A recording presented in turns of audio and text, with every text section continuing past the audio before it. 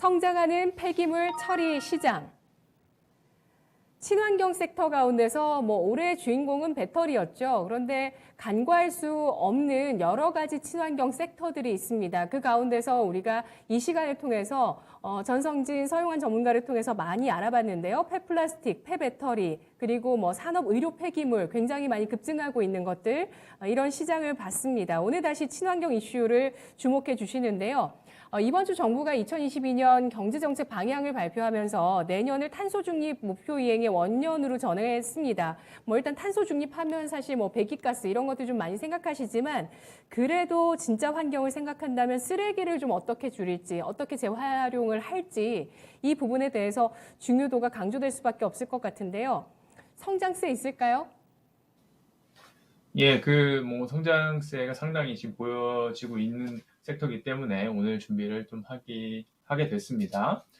좀 내용을 좀 말씀드리면은, 지금 전 세계적으로 쓰레기 처리의 중요성이 날로 커지고 있죠. 이로 인해서, 폐기물 처리 관련 사업과 기업들의 성장이 기대가 됩니다. 2017년도에 중국이 폐기물 수입을 전면 금지하면서 국내에서 발생된 폐기물은 모두 국내에서 처리를 해야 되는 그런 상황이 됐습니다. 이 와중에 코로나 시대로 접어들면서 비대면 소비가 늘어나서 폐기물의 양도 크게 늘어났죠. 그리고 이후에는 좀 각종 건설 폐기물도 많이 늘어날 것으로 기대가 되는데요. 향후에 아파트 재개발 시행 건수가 크게 늘어날 것으로 보이기 때문에 이에 따라서 막대한 건축 폐기물이 배출될 것입니다. 폐기물 처리는 다음과 같은 과정을 거칩니다. 폐기물을 수집, 운반을 해서 해체 및 분류를 하고요. 이를 재활용할 수 있는 것들은 재활용을 하고, 특정 폐기물들은 소각을 해서 이때 나오는 스팀을 판매를 하기도 하죠. 그리고 어떻게 스팀도 안 되고 재활용도 안 되는 이런 폐기물들은 매립을 하게 됩니다. 폐기물 산업은 인허가 사업이라는 특성과 그리고 규제, 그리고 지역 주민들의 반대 등으로 인해서 신규 업체의 진입이 너무나도 어려운 그런 산업이 되겠습니다. 기존 폐기물 처리 업체들의 물량이 이쪽으로 더 몰릴 수밖에 없는 그런 상황이죠. 따라서 폐기물 처리 사업의 수요가 공급을 큰 폭으로 저는 지속적으로 상회할 것으로 그렇게 예상이 되고요. 한국 폐기물 협회에 따르면은 한국의 하루 폐기물 발생량이 17년도에는 43만 톤 수준이었는데요. 19년도에는 49만 7천만 톤 수준으로 크게 뛰었다고 합니다. 그리고 20년도의 하루 폐기물 발생량은 코로나로 인해서 급격하게 늘어나 약 한 53만 2천 톤 수준이 되지 않을까 이렇게 추정이 되고 있는 상황입니다.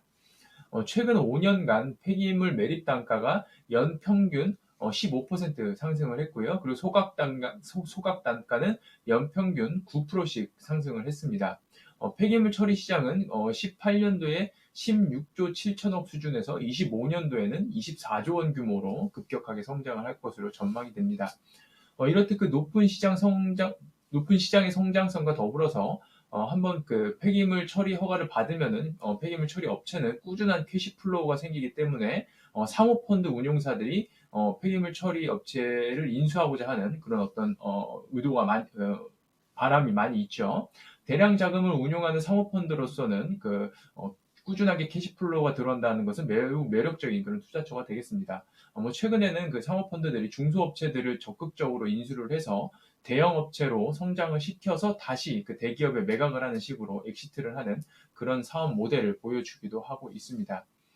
한동안 시장에 엄청난 각광을 받았었죠. 폐기물 업체들이. 그런데, 올해 꽤 오랜 시간 동안 가격 조정, 기간 조정을 받아오고 있는데요. 최근에는 지수가 전체적으로 상승하기보다 섹터별로, 테마별로 자금이 이동하면서 주가를 상승시키고 있는데요. 이 폐기물 섹터 쪽에도 수급이 한 차례 크게 들어와서 주가를 들어 올려주지 않을까, 그렇게 기대를 해봅니다.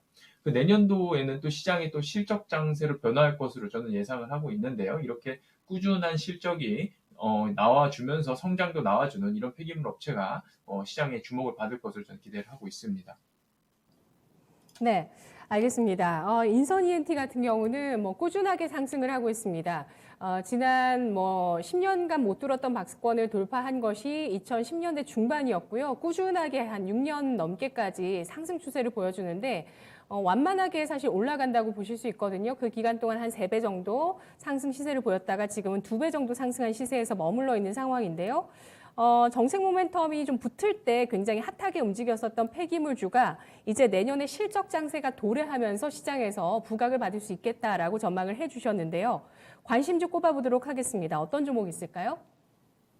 예, 그 우선 YN텍입니다. 그 YN텍 동사는 광주 전남 지역에서 폐기물 처리업을 영위를 하고 있습니다. 그 여수 산단 지역의 그 폐기물 처분을 주 업으로 하고 있으면서요. 있는데요. 그 여수 산단 지역은 그 동아시아 최대 석유화학 산업단지입니다. 최근 좀 글로벌 그 화학 제품들의 수요가 많이 늘어나면서 각종 그 폐기물 발생량도 늘어나고 있어서 동사의 실적도 크게 향상될 것으로 기대가 됩니다. 메rit보다 그 소각의 그 마진율도 좋은데요. 그 최근에 그 동사가 소각로 증설을 예정하고 있어서 실적이 상당히 크게 상승하지 않을까 그렇게 기대가 되고 있습니다.